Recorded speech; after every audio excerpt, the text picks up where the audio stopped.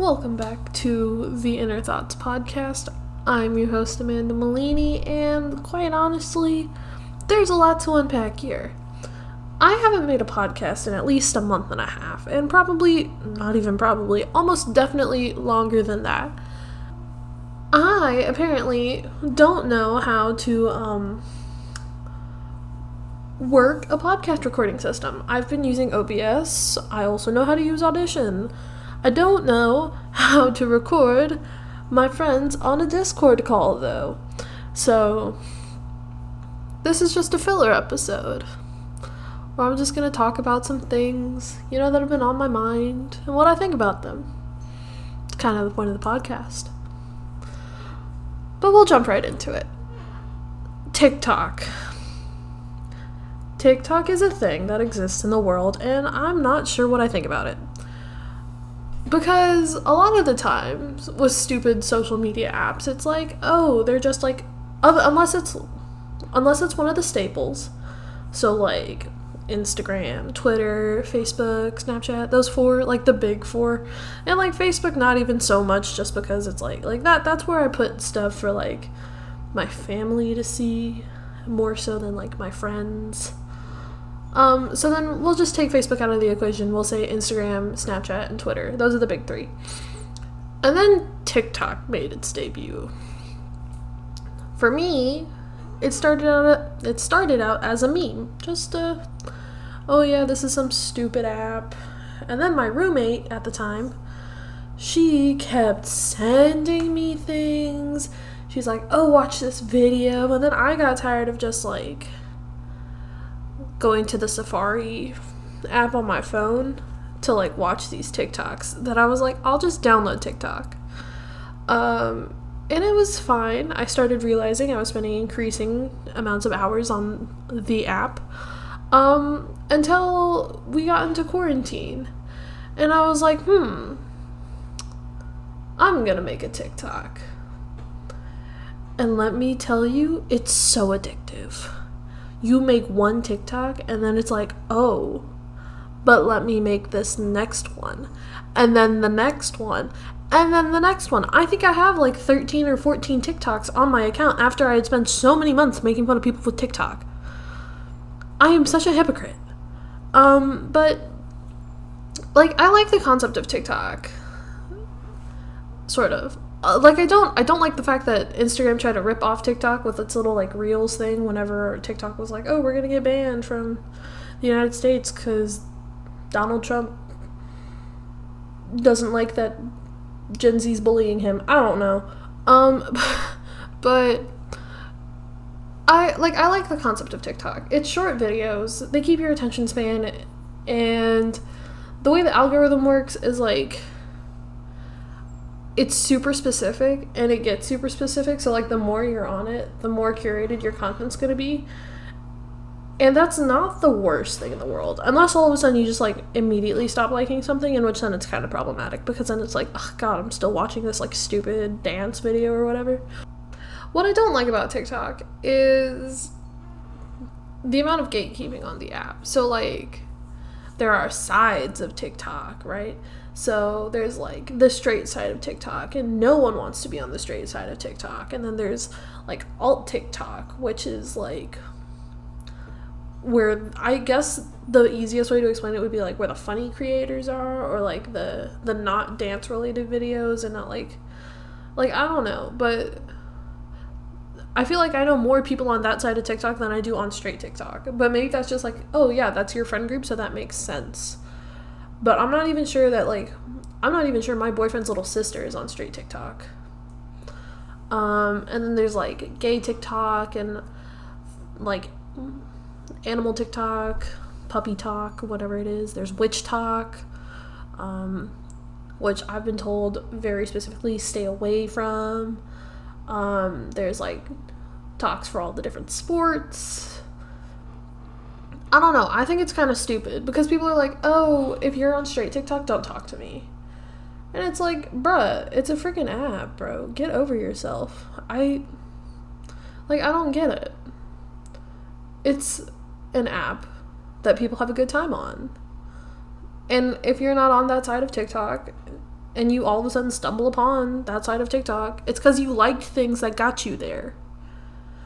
Does that not make sense? Like, you're liking things with the same hashtag, you're liking things with the same music or the same sound or this or that. Like, you're putting yourself there, and some people want to be there. So it's like, can't you just, live your life and have a good time and stop being so toxic? I don't know, maybe that's just me, but I think it's a cool thing, kind of because of how the algorithm works, because it's like, oh, the more I like baseball related content, I'm gonna get more baseball related content. The more I like music content, the more I'm gonna get that. What I like, the other thing that's like kind of weird about the algorithm though is it's like sometimes it'll just put one thing in, so it's like, hey, you should look at this more often, and then it's like, well, I don't like this. Like, it was a song, and I was like, I don't like the song. So I was like, show me less of this or whatever. Like, don't show me this again, because you can like long tap on the screen, and then it'll pop up like a little box of options and stuff, and it's like, I don't like this. So I said I don't like this, and then it showed it to me again, and I was like, why do you have the I don't like this option if you're not going to honor my decision? But whatever. And then sometimes I get put onto like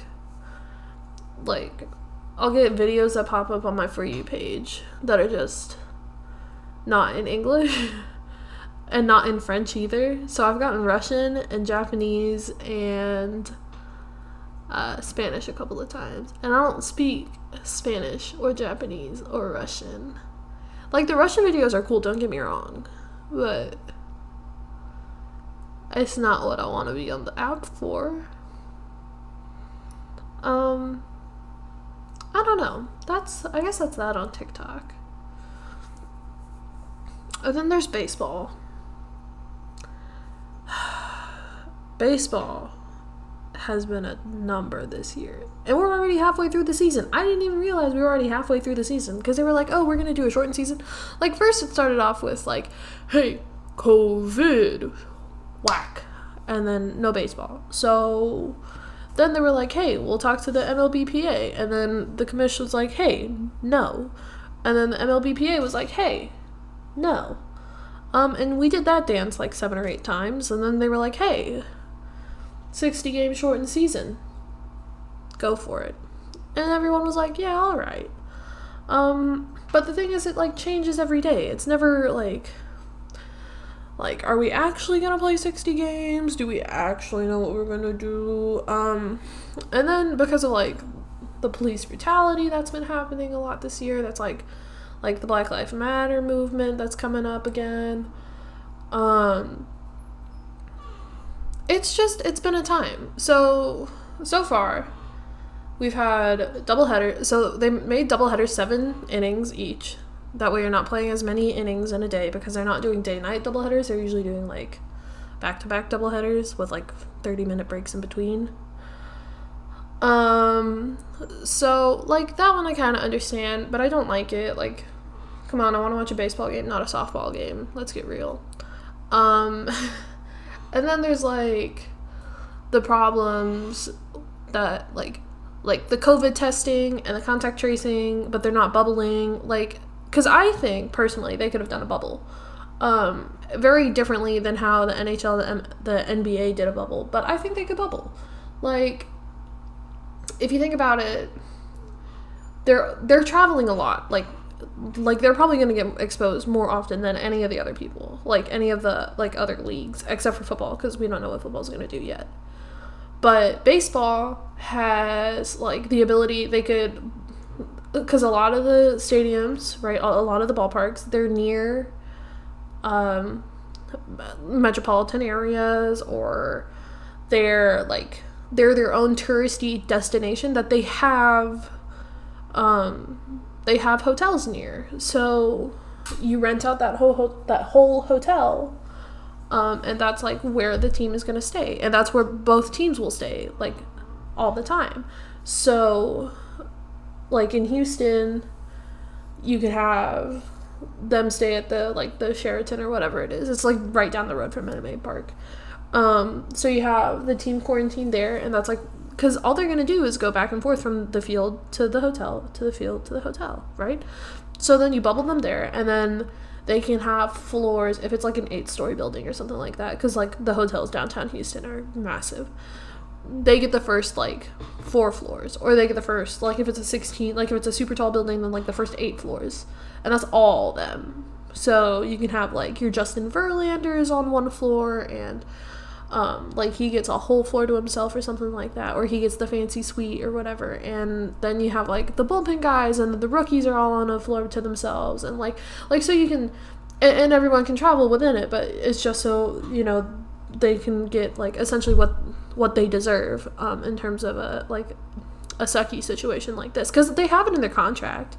So like when they travel, it's like, oh well, Justin Verlander gets he doesn't have to have a roommate, he just stays by himself because, you know, he's Justin Verlander and he's like earned it.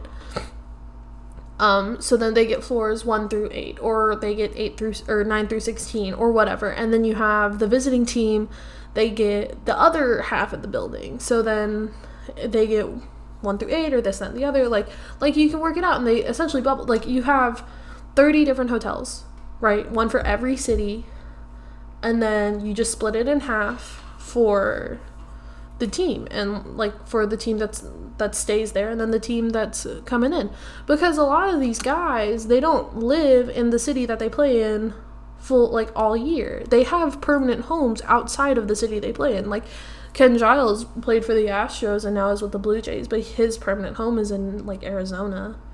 A lot of the guys are like that. Like unless they love the city, like unless they love the city that they play in, or they have like a family with like roots and everything already, like then that makes sense. Like AJ Hinch, who was the manager for the Astros, he stayed in Houston because his daughter was like a senior in high school. So it made sense that they weren't going to move as soon as he got fired. It also makes sense that that's why they stay here during the off season, because she's in high school, and it sucks for someone who's in high school or middle school even to like have to transfer schools. Elementary school, it's a little bit different because they like don't have like friends, they haven't had friends for nearly as long, but like in high school you usually like have like a pretty good bond with your friends or your classmates or whatever. Like Kyle Tucker, he is from like Plant City, Florida, or Tampa or wherever, and so he like spends a lot of his off season back in Florida at home, which makes sense. So I don't know, maybe it's just because I think like a lot of teams have a lot of younger guys, like not demographic, but like the player demographic is getting younger and younger, especially this year, because they don't have to play, like they don't really have to pay the younger guys. So you have a lot of that going on. So I think you could have bubbled and it wouldn't have been a problem. Obviously a lot of people think otherwise, but that's just what I thought. Or even you could have just had everyone play in Texas. I get it, Texas would have been like the worst place to play, but like you could have done the same thing with New York. New York's significantly smaller. There's a lot of like, there's less cases. You have 2 major league ballparks, and then you have a boatload of minor league ballparks. So you have places to play, and you have places to like hold teams, and it shouldn't matter since you're not playing with fans. And then if you want to give like okay, the Yankees play at Yankee Stadium or whatever their field is called. So you have them play at Yankee Stadium, and then it's like, oh well, they get home field advantage because that's where they always play. Okay, so then shuffle them. Put the Astros at Yankee Stadium, put the Yankees in Citi Field, and then put the Mets in a minor league park, and then everyone else is in a minor league park. Or you can, like, and then you can rotate out every week. Like this is the season for, like, random crap like that. This is where you can test stuff. Like the extra inning base runner on second. Like, I don't like it, but also it makes sense that you're going to do that this year as opposed to like trying to put that in like a regular season, because odds are you're not going to really, like, everyone's going to freak out if you do it during a regular season. Like, now you can get away with it. I don't know. And then there's like the injury thing. I think the summer camp was way too short, because you think about it, pitchers and catchers always report early to spring training, so they have like double the time, or they have like 2 extra weeks or something like that to get their arms ready. Because now you have people like Justin Verlander out. Garrett Cole, I think, missed his first start in a year yesterday. Madison Bumgarner's out. Corey Kluber's out. Like, everyone's getting hurt because they haven't had enough time to prepare. And they haven't been able to get there. Like, I don't care if you let all the guys, like, throw during the off season. I don't care if they had throwing partners. I don't care if they had, like, all sorts of stuff. But the matter of the fact is you're losing pitchers left and right to Tommy John surgery, which is saying they're putting too much strain on their elbow too quickly. And that ligament, the UCL ligament, is, like, that's the most valuable part of a baseball player. Arguably the most valuable piece of, like, body in all sports. There is nothing more important than that UCL. Because if it's torn, right, if it's torn, you're out for at least a year. And you're not even sure if you're going to come back better. Like, Lance McCullers had Tommy John surgery over the offseason, and it doesn't seem like he's doing better. It doesn't seem like he's doing worse, but he doesn't seem like he's in the same spot that he was when he left, is all I'm saying. Roberto Osuna is going to go out and get his second Tommy John surgery. Ryan Barucki had his second Tommy John surgery. What's going to happen if he needs a third? Like, you have to think about the safety of your players, too. So you can't have them go out there, like, Zach Greinke maybe be like that. That's a little different. But you have these players going out and they're throwing the same 7 innings or 8 innings that they would during a regular season with regular spring training. But this isn't the same. You're, like, having to adjust on the fly all the time.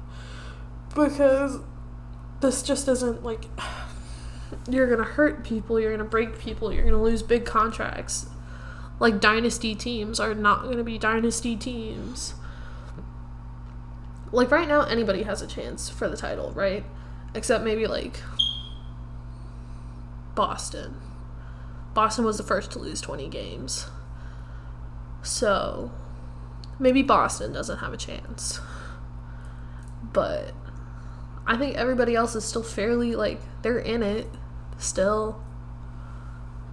And the team that's going to win is going to be the team that can stay the healthiest the whole year.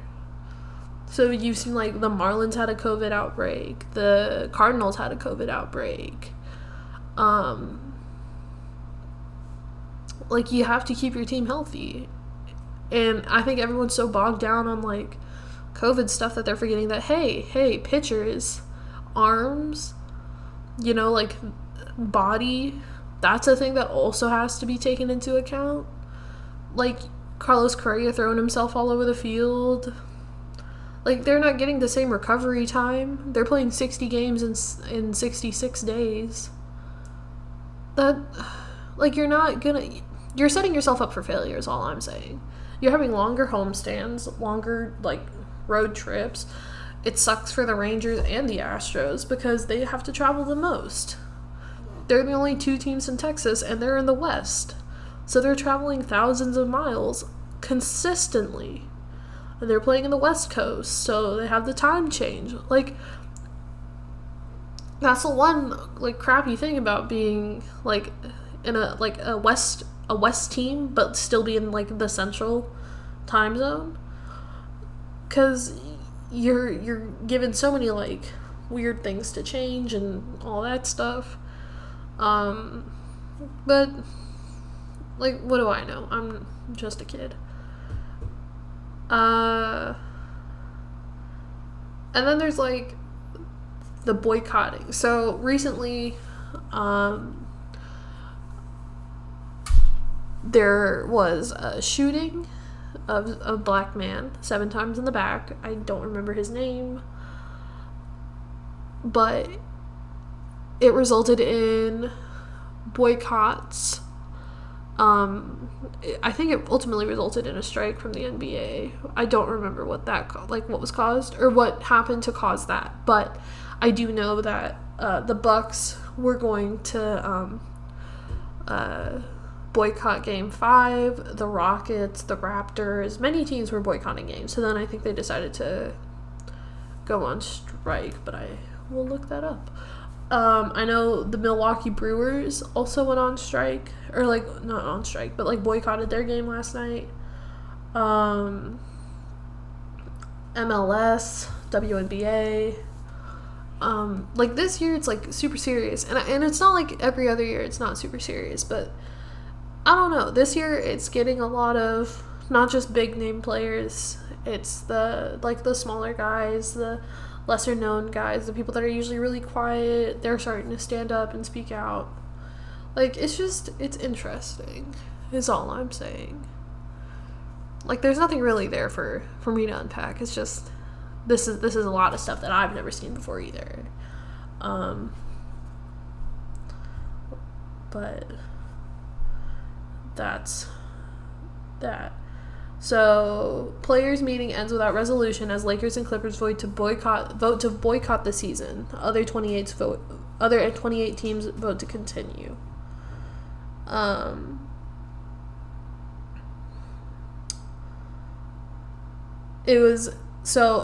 So a meeting involving the NBA's players tonight has ended without a resolution. This was yesterday, yesterday being August 26th. As the Los Angeles Angels and Los Angeles Clippers both voted to boycott the remainder of the season, while the other 28 teams voted to continue playing.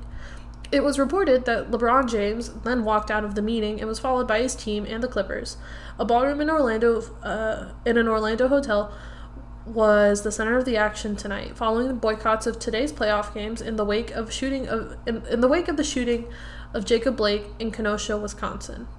The league's owners are meeting tomorrow morning. The players are hoping to bring the nation's attention to issues surrounding Blake's shooting, though one can wonder how effective the message would be without the platform of basketball. So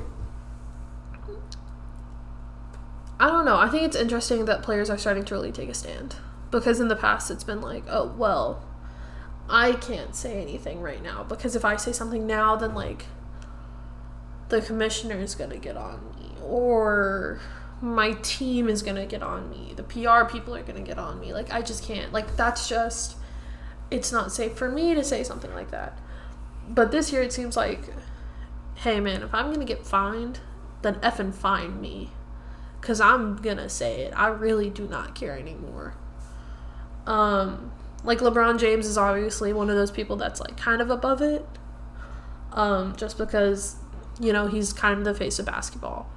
And I think in baseball, you started to see this a lot after the cheating scandal with the Astros. You see players come out and say that, like, hey, I don't like that they took a championship away from us, or what if, like, because you really can't say that, and this is going to be me sounding like a jerk because I'm an Astros fan, but the Astros didn't take anything away from anybody. They won 2 of the 4 games in the World Series on the road. They won the World Series on the road. It's not like that game could have gone any way. So unless you're saying they were cheating on the road, which I don't really want to get into, because I don't know how they would have done it, but it is what it is. But you started seeing that a lot, and then you see Mike Trout come out and say stuff. Mike Trout never says anything. And then following that, it was COVID, and then after that, it was like Black Lives Matter. And so once that started happening, you see like Tony Kemp reaching out to his platforms and saying like, hey, be the +1 or whatever. I don't remember what it was, but it was like, be the change. The +1 movement. And he takes the time, and if there are ignorant fans, which there are, that's how it always is. Every sport has ignorant fans like that. He takes the time to answer questions. And he like makes his voice heard. Obviously there's people like Trevor Bauer who doesn't he does not necessarily the opposite. He makes himself heard, but like not always for the right reasons. Anything he does is a marketing ploy. If he can monetize it, he'll monetize it. And he says F you to Rob Manfred, which, granted, Rob Manfred is not a great, not the best in terms of commissioners, but obviously you gotta do what you gotta do. But it's like, it's cool to see stuff like that. You see guys that don't normally speak out coming out about things they care about, instead of just being like a ball player. It's kind of funny though sometimes when you see like there was one time at the beginning of the Black Lives Matter thing when LeBron James was saying stuff. There was a lady on Fox News. She was like, "Just shut up and play basketball," and he was like, "No, I'm not gonna do that. I'm gonna keep saying stuff." But then I think the little whatever Donald Trump Jr., I think he is going to go talk to LeBron James, or he's going to try to talk to LeBron James today about like, hey, you shouldn't, like you're supposed to be playing basketball. He like tweeted something about it, and it was really like awkward. But yeah, that's kind of been like on my mind lately. I kind of wanted to unpack that. Obviously, there's not a whole bunch to unpack when you're by yourself, but sometimes it's good to just talk and get it all out and like record it so you can put it somewhere and then see if other people agree with you or other people think you're freaking stupid. Because sometimes I think I'm the only one that thinks these things, and then everyone's gonna be like, "Amanda, why do you dumb freaking chick who thinks she knows things about sports and wants to go into sports, you don't know nothing." Nah, I promise, I know some stuff. I just don't think the same way as everyone else. Like, you go to from point A to point B, and I go point A to A.2 to A.6, back to A.4, and then I'll get to 2, B eventually. See, that's the problem. I go from A to 2. I don't know no B. I don't know no alphabet. It is A to 2. Yeah, that's all I got. If you've enjoyed this podcast, stay tuned. There will be more episodes this semester as I've returned to Denton, and have also figured out how to record Discord calls. So, stick around. Subscribe to my podcast on Apple Podcast, Google Podcast, Anchor, Spotify, any other place that podcasts are posted. You can find me there. If you want to follow me, my Instagram and Twitter is Malini53. I hope you listen to my voice again someday. Have a good day.